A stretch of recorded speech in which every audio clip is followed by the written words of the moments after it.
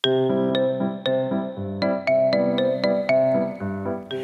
家文千万字，大家要跟大家做伙来拜一日。今仔日要来给大家小解一日，咱做伙来看到，这日就是数，嘛人读做数。这个数就是有吸收的意思，像咱讲数讲数水。古早老母饲囡仔食奶，这个动词嘛人讲数奶。另外，古早讲到食薰的动词嘛人讲数薰。较特别的就是白德糕或者是圆形的茶，古早嘛人用这个动词讲数去的期间顶，带大家做伙来小解两个词。头一个就是数水，也就是吸收水的意思。